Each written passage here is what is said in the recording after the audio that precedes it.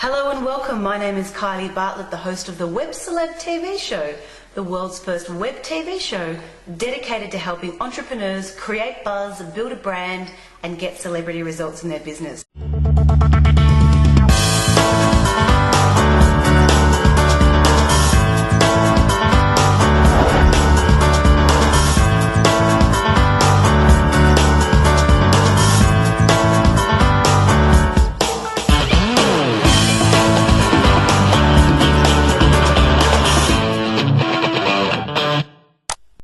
This week's episode is called With Excellence in Mind, and it's all about thinking.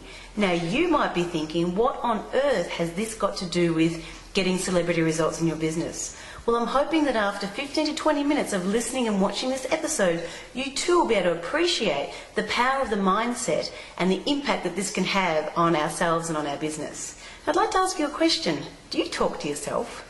You know that little voice that you just asked in your head then, whether you talk to yourself? Well, that's what I'm referring to. So a lot of us talk to ourselves at an unconscious level, or sometimes you might even be aware that you are actually having a conversation with yourself. And the thing about talking to ourselves, it's called like an internal script or an internal dialogue, and it's that internal dialogue and thinking that directly impacts on our doing and our attitude and our behaviour, which then in turn impacts on the results that we get. So I call it the think, do, get map. And this is how it is. Everything that you think directly impacts on everything that you do, which impacts on the results that you get. So a lot of us want to change the results in life, or want to change the results in our business. And we think that all we need to do is go about changing our attitude and our behaviour, when in actual fact we need to go back to what caused it in the first place, which is our thinking. Everything that we think impacts on everything that we do, which impacts on the results that we get.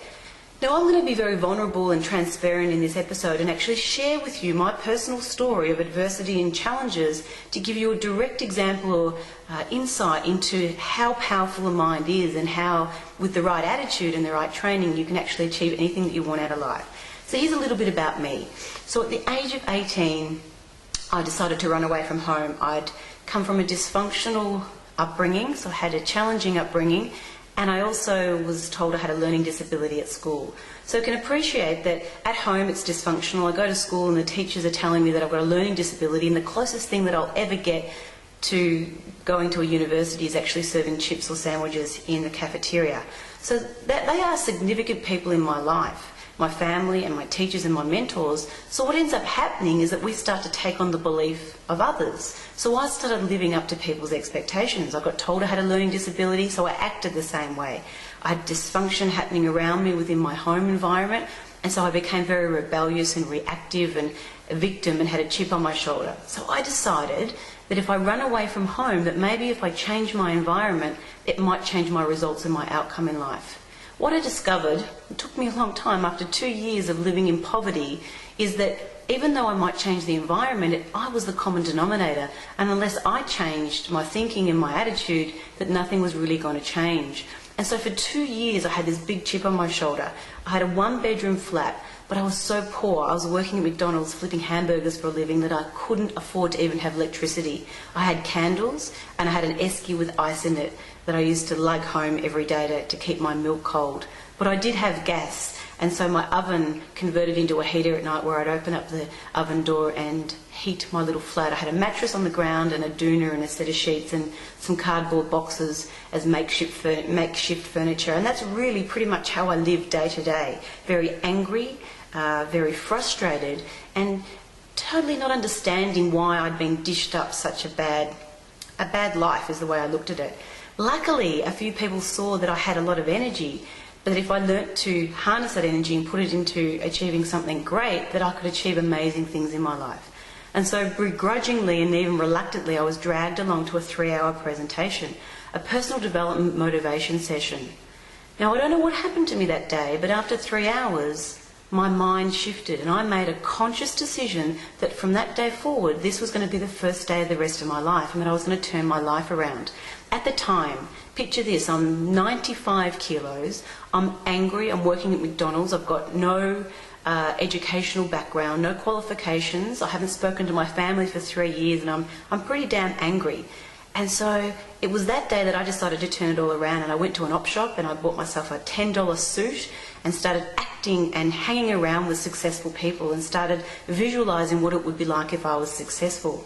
Interesting that after 12 months I managed to lose 42 kilos and start to really turn my life around.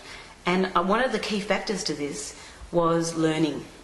And so I realised that not just learning, knowledge is information as far as I'm concerned, but applied knowledge is power. And so I recognised that I'd had to make up for 15 years of wagging school, and that if I was really going to make it in life, I needed to hang with some great mentors, some great leaders, and start reading and educating myself. So that's exactly what I did, and I enrolled in an NLP course, which really took me to a whole new level.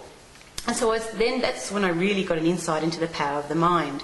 And some of the little techniques that I did in order to stop me from reverting back into my old negative ways, as I started getting these little post-it notes, and I'd pop them up around my mirror at home. And so like a ritual in the morning, I'd get up and have a shower and brush my teeth. I'd be able to read these little post-it notes that would say, have a great day, choose your attitude, you can be successful. And I started visualising of all the things that I wanted in life. Now for me, cars were really important. I'd been brought up on the racetrack. My father managed a Formula Ford racing team, and so one of the significant materialistic pleasures that I wanted to have was a beautiful brand spanking new Porsche. Now visualise this, or imagine this. I'm 21 years of age. I've been living on poverty for 2 years, but I cut this Porsche picture out of a magazine, and in my little Datsun 200B on the visor that I pulled down, I stuck this beautiful Porsche picture. So when I got angry and frustrated and feeling very impatient about the successes that I wanted, I'd look at this picture and visualise what my life was going to be like when I got it all together. And so slowly, month after month, year after year, I started building a really successful business. First of all, I bought a home when I was 22. I opened up a cafe. I then set up a restaurant. I set up a publishing company, a training company, and I started growing this great empire. And on my 35th birthday, I bought myself that brand spanking new Porsche. Now, I'm an overnight success. It just took me 10 years to get there, but it's really interesting if I look at my journey from the age of 18 to the age of, in my mid to late 20s, I know that the thing that allowed me to get there, the actual gem, was my mindset. And so this whole think, do, get became very much my mantra. And I have a cycle that I go through. It's the 4 steps to success.